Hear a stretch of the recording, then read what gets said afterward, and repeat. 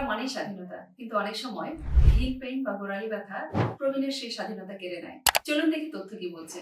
৬০ বছর বয়সী ৪০% প্রবীণই ভোগেন হিল পেইন বা গোড়ালি ব্যথায় এবং তারা হাঁটতে কষ্ট পান। দেখা যাক আসলে কি কি কারণে মূলত হিল পেইন হতে পারে এবং এই হিল পেইন হওয়ার পিছনে নিউরো ইনসাইট গুলো কিভাবে কাজ করে। সাধারণত বয়স বাড়ার সাথে সাথে পায়ের গোড়ালির ফ্যাট কমে যায়, লিগামেন্ট ও ট্যান্ডন দুর্বল হয়ে পড়ে। ফলে হাঁটার প্রতিটি স্টেপে চাপ বাড়ে এবং ব্যথা হয়, যা তাদের হাঁটার স্বাধীনতাকে কেড়ে নেয়। দেখা যাক প্রবীণের হিল পেইনের ক্ষেত্রে নিউরো ইনসাইট কিভাবে কাজ করে। ব্যথার ভয়ে মস্তিষ্ক হাঁটার সংকেত কমিয়ে দেয়, ফলে প্রবীণরা নড়াচড়া কম করে। এতে ব্যথা আরো বাড়ে।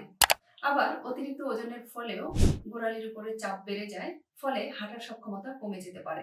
অন্যদিকে অপুষ্টিতে ভুগলেও প্রবীণরা দুর্বল অনুভব করেন এবং হাঁটতে অনীহা প্রকাশ করেন।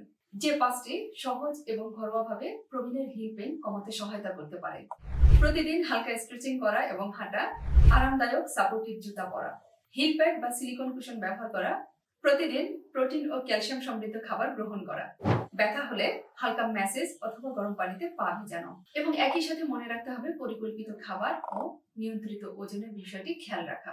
ছোট ছোট এই পরিবর্তনগুলি প্রবীণের হাঁটার স্বাধীনতা ফিরিয়ে আনতে পারে। নিজেকে ভালোবাসুন, ঘরে প্রবীণ থাকলে তার প্রতি খেয়াল রাখুন। 2026 আরো পরিকল্পিতভাবে জীবনযাপন করুন। ধন্যবাদ।